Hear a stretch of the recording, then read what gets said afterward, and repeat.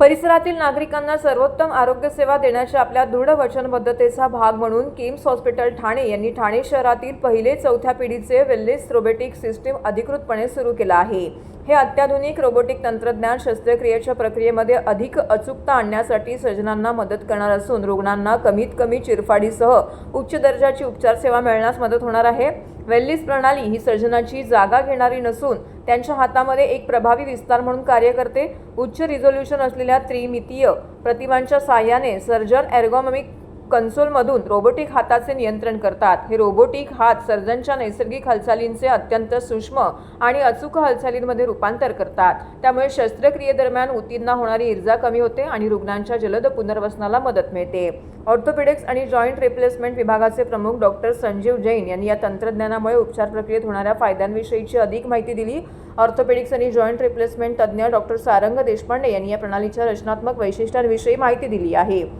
कोणतेही नवीन तंत्रज्ञान स्वीकारण्यामागील आमचा मुख्य उद्देश रुग्णांचा अनुभव आणि अधिक चांगला करणे हा आहे। लहान चिरे, कमी रक्तस्राव आणि जलद पुनर्वसन यामुळे अशा प्रकारच्या कमीत कमी चिरफाड करणाऱ्या शस्त्रक्रिया रुग्णांना दैनंदिन जीवनामध्ये लवकर परतण्यास मदत करतात असं देखील त्यांनी सांगितलंय। तर किम्स हॉस्पिटल ठाणे येथे 14 पिढीचे वेलनेस रोबोटिक तंत्रज्ञान उपलब्ध करून देणे म्हणजे समाजाप्रती असलेली आमची बांधिलकी अधिक दृढ करणे होय। आमच्या शल्य चिकित्सकांना सर्वोत्तम तंत्रज्ञान उपलब्ध करून देऊन आम्ही रुग्णांना अधिक दर्जेदार आणि अत्याधुनिक उपचार सेवा देण्याचा प्रयत्न करत आहोत असं देखील त्यांनी सांगितलं।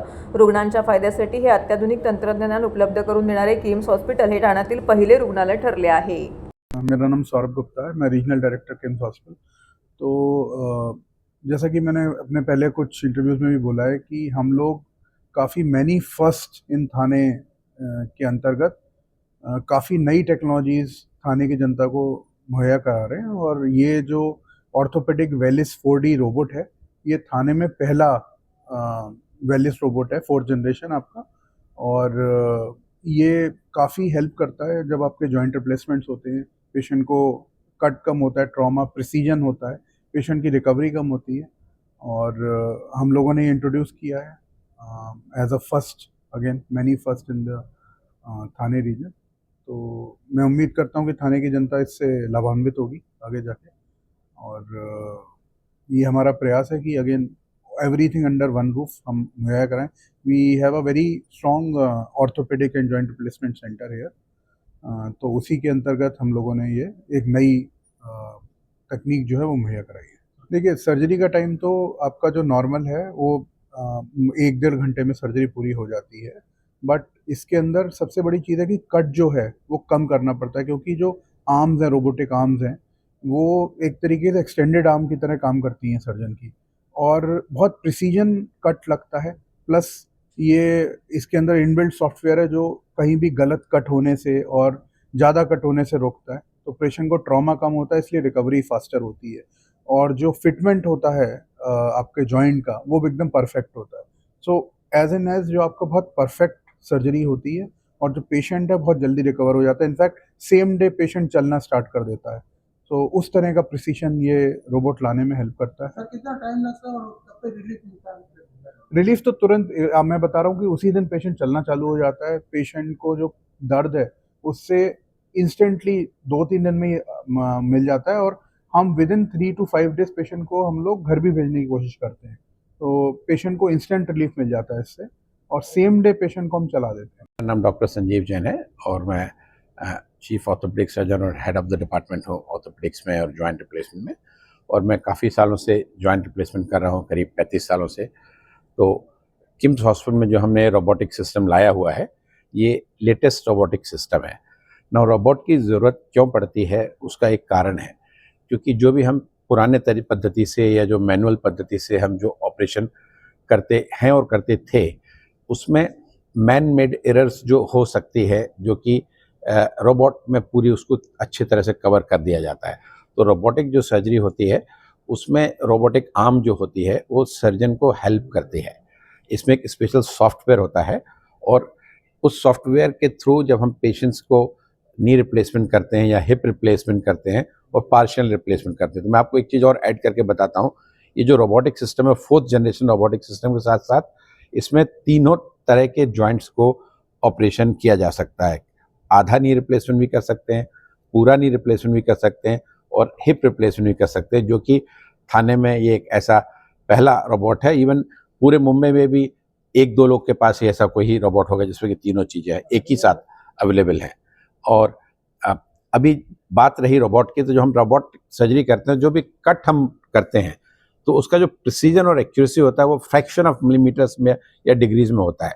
तो इतना परफेक्ट कट जब बोन्स को हमको जॉइंट को बिठाने के लिए करना पड़ता है, उसको प्रिसीजन देना पड़ता है, तो उससे लॉन्ग टर्म जो रिजल्ट्स है, जो पेशेंट्स का जो फंक्शन है, जो पेन है, वो काफ़ी कम होता है। सेम टाइम पर हम पेशेंट्स का जो लिगामेंट बैलेंसिंग होता है नी जॉइंट का, जो पैर का अलाइनमेंट होता है, आपने देखोगे जो कि जब किसी को घुटने घिस जाते हैं तो पैर बहुत टेढ़े हो जाते हैं। उस पैर टेढ़े करने के लिए एकदम प्रिसाइजली 0 डिग्री पर लाना है या 2 डिग्री पर लाना है, वो हम रोबोट में देख सकते हैं। क्योंकि आप जैसे देख रहे हैं हमारे 2 रोबोटिक सिस्टम यहाँ पर रखा हुआ है, एक कैमरा है, ये घुटना यहाँ पे रखा हुआ है, इसमें वायरलेस तरीके से अंदर सारा डेटा फीड होता है, फिर रोबोट का एक फ्लो होता है स्क्रीन में। तो रोबोटिक उसमें जो भी हमको करना है, जो भी हमको उसको कट करना है, उसको इम्प्लांट को बिठाना है, वो सारा चीज़ स्क्रीन पर आता है। कितना डिग्री पे हमको उसको घुमाना है, कितना बड़ा साइज का हमें लगाना है, ये सारा चीज़ उस पर आता है और उस फ्लो के हिसाब से हम उस पर काम करते हैं। और अगर हमें लगता है ड्यूरिंग द सर्जरी, क्योंकि हमको सारे जो डेटा होता है रियल टाइम में हम देखते हैं, जो हम जो कर रहे हैं उसको उसका चेकिंग भी रियल टाइम में रोबोटिक स्क्रीन पर होता है। तो अगर हमको लगता है कि कुछ उसमें एडजस्टमेंट करनी है, कोई साइज चेंज करनी है या पोजीशन चेंज करनी है, वो सारी चीज़ें हम इसको रोबोटिक मशीन में कर सकते हैं। और फाइनली हम एक उसको परफेक्ट एक ट्रायल होता है, जो कि हम जो फाइनल जब मटेरियल लगाते हैं, जॉइंट लगाते हैं, तो एक ट्रायल मटेरियल होता है। ट्रायल को लगा के फिर से रीचेक करते हैं कि भाई ये बिल्कुल एकदम सही हुआ है कि नहीं, सही होगा कि नहीं। तो उसके हिसाब से जब वो हो जाता है तो फाइनल जॉइंट उसमें अंदर लगा देते हैं। ये सर्जरी करीब 1-1.5 घंटे चलती है, पर यूजुअली 1 घंटे के अंदर एक घुटने की सर्जरी आराम से हो जाती है। और दोनों घुटने की भी सर्जरी हम लोग काफ़ी एक साथ करते हैं। पेशेंट को पेन मैनेजमेंट के लिए इसमें पेन सबसे इम्पॉर्टेंट एक और चीज़ है रोबोट में, जिसमें कि टिश्यूज़ को हम कम कट करते हैं, तो नेचुरली उसमें पेन दर्द पेशेंट्स को कम होता है। रिकवरी बहुत फास्ट होती है, पेशेंट उसी दिन या नेक्स्ट डे मॉर्निंग चलना चालू कर देता है। और अगर एक घुटने का ऑपरेशन किया है हमने, तो हम 1 दिन हॉस्पिटल में रखते हैं। 2 घुटने का ऑपरेशन किया तो टेक्निकली 2 दिन ऑपरेशन के बाद हॉस्पिटल में रखते हैं, पेशेंट चला जाता है और पेशेंट फिजियोथेरेपी इमीडिएटली करना चालू कर देता है। तो रोबोट के बहुत अच्छे फ़ायदे हैं।